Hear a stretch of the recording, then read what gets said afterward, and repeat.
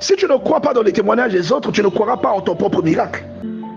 Si tu ne crois pas le surnaturel, tu croiras ces choses-là comment? Amen. Ma prière, c'est que Dieu vraiment nous délivre de l'incrédulité. Parce que ça aussi, c'est un signe que dans ta conviction, tu es encore loin. Tu n'es pas encore prêt.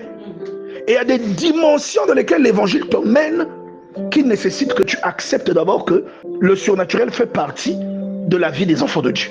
Amen. Et comme je le disais au départ, l'exemple de la marche d'un enfant de Dieu se trouve dans le livre d'Exode. Depuis le chapitre 12 jusqu'à la fin, jusque dans Deutéronome. C'est ça l'exemple de la marche d'un enfant de Dieu. Et on te dit que les enfants là d'Israël, là, leur conversion a commencé par un miracle.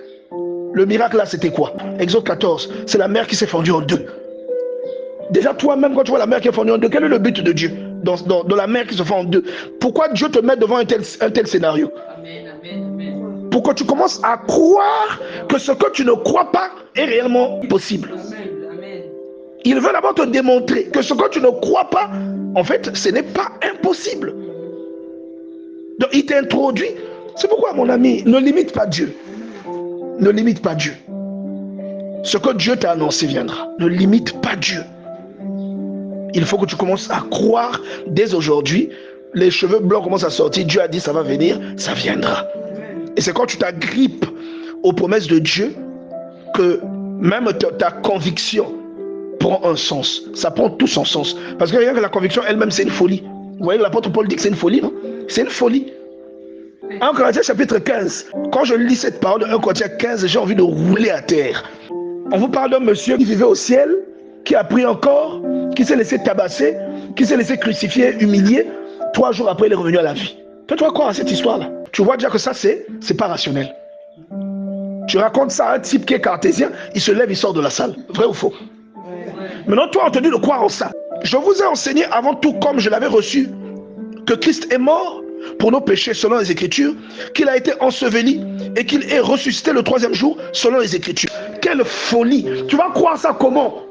Tu vas croire ça comment? C'est pas quelque chose de rationnel. Voilà pourquoi la Bible dit que sans la foi, il est impossible de plaire à Dieu. Parce que la première dimension dans laquelle tu t'insères après ta conversion, c'est une dimension irrationnelle. C'est la base même de la conviction. C'est la base de ce que Dieu veut faire dans la vie de quelqu'un. Alléluia. L'apôtre Paul parle de l'évangile comme d'une folie. Une folie. Alléluia. 1 Corinthiens chapitre 1 verset 18. Car la prédication de la croix est une folie pour ceux qui périssent, mais pour nous qui sommes sauvés, elle est une puissance de Dieu. Tu vois ce qu'il dit? Elle est une puissance de Dieu. Tu vois ça? C'est ça. La prédication. Regarde, 1 Corinthiens chapitre 1, verset 21. Car, puisque le monde, avec sa sagesse, n'a point connu Dieu, dans la sagesse de Dieu, il a plu Dieu de sauver les croyants par la folie de la prédication. Ça sera toujours des choses folles qui vont susciter le doute. Ça aussi, c'est un signe que dans ta conviction, tu es encore loin. Tu n'es pas encore prêt.